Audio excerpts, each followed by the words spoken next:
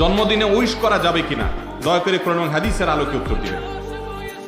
একজন মুসলমান তিনি জন্মদিবস উদযাপন করবেন না, কারণ জন্মদিবস উদযাপন করা এটা পেগানদের থেকে এসেছে, এটা ভিনধর্মী মানুষদের থেকে এসেছে। শুধুমাত্র তাদের থেকে এসেছে তা নয়, জন্মদিনকে কেন্দ্র করে যে কাজগুলো হয়ে থাকে, এমন কি এই যে আমরা আগুন জ্বালিয়ে থাকি, অনেকে জন্মদিনকে কেন্দ্র করে মোমবাতি জ্বালিয়ে থাকেন, কেক কাটাকাটি করে থাকেন, এই সবগুলো হুবহু এইভাবে এসেছে অনেকগুলো ভ্রান্ত বিশ্বাস থেকে।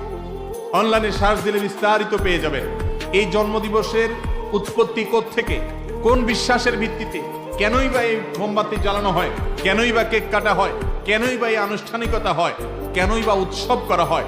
এটা এমনিতেই হয় না, এর পেছনে ধর্মীয় বিশ্বাস কাজ করে ভিন্নদের।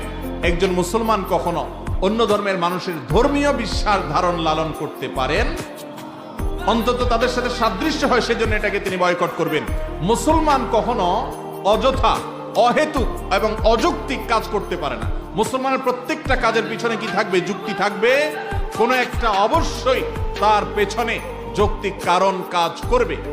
আপনার জীবন থেকে একটা বছর খসে গেল, আপনার জন্মদিবস আসলো, ধরেন আগামীকাল আপনার জন্মদিন, তার মানে হলো আপনাকে আল্লাহ যত হায়াত দিয়েছে তার থেকে একটা বছর চলে গেছে, পরবর্তী বছর আবার ওই দিনে আসলো, মানে আরেকটা বছর চলে গেছে।